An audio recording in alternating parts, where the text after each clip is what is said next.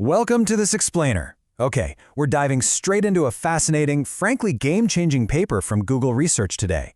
It's all about a concept called Sharpness Aware Minimization, or just SAM. Look, if you've ever burned hours, days, or even weeks training a neural net only to watch it totally bomb when it hits real-world data, you're going to want to stick around for this. We're going to break down exactly why that happens and how SAM offers this incredibly elegant, powerful fix. So here's a thought to kick things off. What if simply minimizing errors is the exact reason your model is failing? Sounds totally backwards, right? I mean, standard practice says we want our training loss down to absolutely zero. But as we'll see, this single-minded obsession with getting the lowest possible error on your training set, it's actually a trap. The researchers hit the nail on the head with this quote right here. Many modern neural networks can easily memorize the training data and have the capacity to readily overfit. And honestly, that's the crux of it. Because today's models are heavily over-parameterized. They have immense capacity.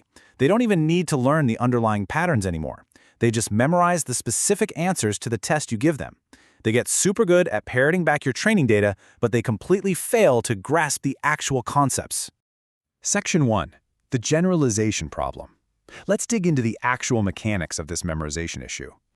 Okay, so the core conflict boils down to training loss versus population loss.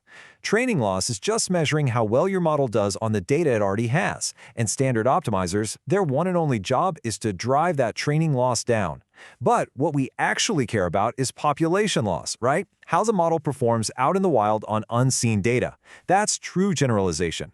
Optimizing strictly for training loss is like a student just memorizing an old practice test. Sure, they ace the practice run, but they're gonna crash and burn on the final exam if the questions change even a little bit. Which brings us to the blind spots of our standard optimizers. Whether you're running SGD, Atom, RMS prop, they all have this critical flaw. They are wildly short-sighted. They literally only target the lowest training loss. They don't look around, they just blindly step downhill.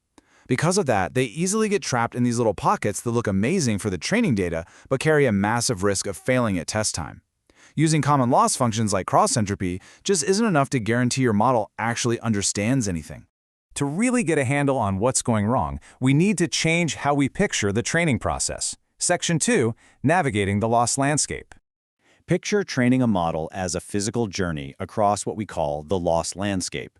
Think of it as this highly complex, non-convex geographical terrain mapping out the model's errors across every possible parameter combination. Just imagine your model as a hiker dropped into a massive, jagged mountain range. The goal? Find the lowest possible valley, the point where errors are completely minimized.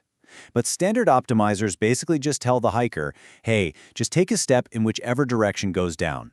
And wow, this brilliantly illustrates the difference. Over here we have standard SGD. Our hiker found a deep, jagged crevasse. Sure, the bottom is very low, meaning low training error, but look at how sharp and perilous that drop is. One wrong step and boom, you're scaling a massive cliff. Now look at the minimum found by SAM.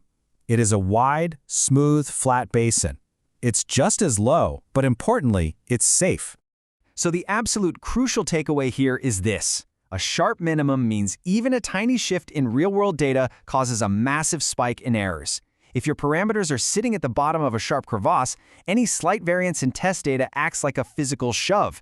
The model gets pushed just a hair off center, and suddenly it hits a wall of high errors. Stepping blindly downhill basically guarantees failure the second the model sees data that isn't a perfect match to the training set. Now that we've visualized the trap, let's look at the escape route. Section 3. How SAM actually works. The philosophy behind SAM is honestly surprisingly intuitive. Instead of just hunting for a single point with low loss, SAM looks for parameters that lie in entire neighborhoods of uniformly low loss. It wants the lowest and the flattest valleys. It's optimizing for two things at once, the actual loss value and the sharpness of the landscape around it. It essentially makes sure that not only are you at a low point, but you can take a few steps in any direction and still be totally safe. So here's how it pulls this off, step by step. First, SAM computes the standard gradient. It figures out which way is down. But here is the genius part, step 2. Before actually moving, it calculates the absolute worst-case perturbation in the immediate neighborhood. Basically, SAM asks, if I take a step nearby, where is the highest, most dangerous cliff? It actively tests the waters. Then, in step 3, it computes a new gradient based on that dangerous point, correcting course away from the cliff. Finally, step 4, it updates the weights. It actively seeks out the sharp crevasses so it can avoid them before committing to a move. Now, I know some of you are probably thinking, okay, calculating the worst-case scenario nearby sounds mathematically brutal. But SAM actually uses some incredibly efficient math to pull this off. It uses a first-order Taylor expansion to approximate that inner maximization, meaning it completely skips computing those massive, complex Hessian matrices. It only needs 2 backpropagations per update. Thanks to this clever approximation, it easily scales up on JAX, TensorFlow, or PyTorch without absolutely tanking your compute. All right, so the theory is rock solid, but how does it actually perform? Let's dive into Section 4, shattering benchmark records. What's wild here is the sheer consistency of SAM across the board. Whether you're running a wide ResNet on CFAR 10 and dropping the error from 2.2 down to 1.6%, or slapping SAM onto a super complex pyramid net with shake drop regularization, it still manages to carve out new state-of-the-art results. SAM acts as this kind of universal upgrade. You don't have to invent a totally new massive architecture. You literally just swap out the optimizer and bam, your model generalizes better. And then there's this number, 18.4%. That represents the new ImageNet top 1 error rate achieved by a ResNet 152 model when trained with SAM. For context, without SAM, that exact same model stalls out at 20.3%. In the cutthroat world of ImageNet benchmarks, carving off nearly 2 full percent just by changing how your optimizer traverses the landscape, that is a massive victory. And it's not just about lowering the error rate either, it fundamentally changes the model's stamina. SAM acts as a model-independent alternative to complex architectures, and it actively prevents overfitting even at 400 epochs. Normally, if you push standard training from 200 to 400 epochs, it just heavily overfits. It memorizes the training data even harder, and test performance falls off a cliff. But with SAM, the model just keeps safely exploring those flat basins, continually improving its generalization without ever falling into the memorization trap. Which actually leads us to a really unexpected superpower. Section 5, surviving noisy data. To really push this to the limit, researchers took the CFAR 10 dataset and intentionally trashed the labels. They tested thresholds of 20, 40, 60, all the way up to 80% completely random, flipped labels. Let that sink in. Up to 80% of the time, the model is being explicitly lied to during training. You know, a dog is labeled a ship, a bird is called a truck, total chaos. You'd expect the model to just completely collapse under that, right? But instead, SAM provides robustness to label noise that is literally on par with state-of-the-art procedures specifically built to handle noisy labels. A bootstrapped version of SAM actually outperformed highly complex custom systems like MentorNet. Why? Because when a model settles into a wide flat minimum, it is inherently prioritizing general patterns over specific localized data points.